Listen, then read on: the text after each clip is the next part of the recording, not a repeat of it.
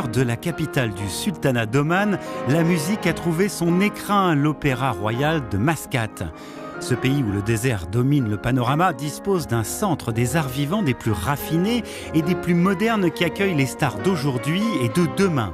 Récemment, Placido Domingo a dirigé l'orchestre d'Oman et accompagné Beatrice Rana, pianiste italienne de renommée internationale.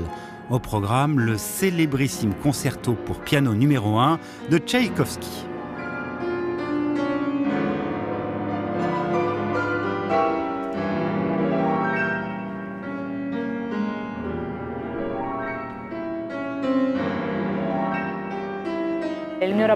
Ma relation avec ce concerto de Tchaïkovski, c'est de l'amour et de la haine, comme toutes les relations fortes. Il y a des moments où je l'aime profondément et où je sens que je ne pourrais pas vivre sans lui. Et d'autres moments où simplement je ne le supporte pas. Par chance, on est dans un moment où je l'aime. Il s'agit certainement de l'une des pièces qui nous accompagne depuis notre plus jeune âge. Son architecture est gigantesque.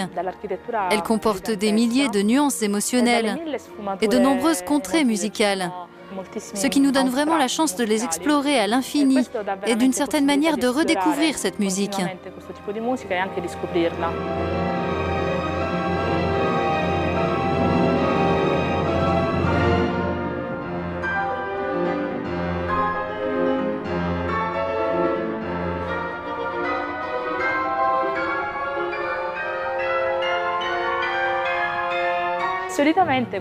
D'habitude, en répétition, les chefs d'orchestre chantonnent à l'orchestre les thèmes principaux.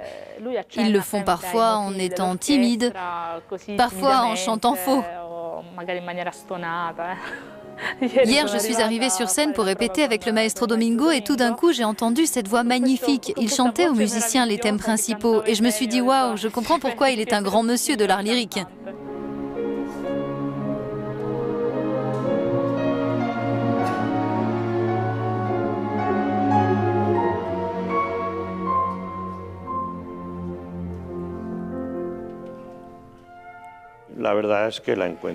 La vérité, c'est que je la trouve incroyable, simplement incroyable. Et puis le concerto de Tchaïkovski est extrêmement difficile. Et être capable de l'interpréter de cette manière à seulement 24 ans, c'est une très belle surprise pour moi. Et malgré sa jeunesse, elle est déjà l'une des plus grandes pianistes au monde. On ne peut que se demander jusqu'où elle ira.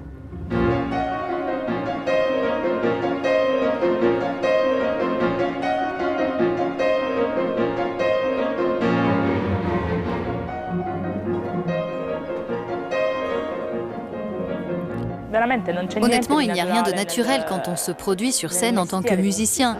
Je ne parle pas du fait que l'on fasse de la musique, mais de notre métier lui-même.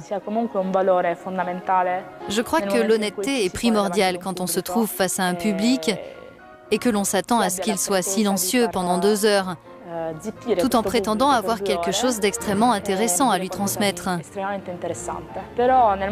Toutefois, si l'on est assez honnête pour dire « me voici devant vous, j'essaie de vous faire passer ce que je pense sincèrement de cette musique », alors on a l'opportunité d'être plus ou moins à l'égal des spectateurs.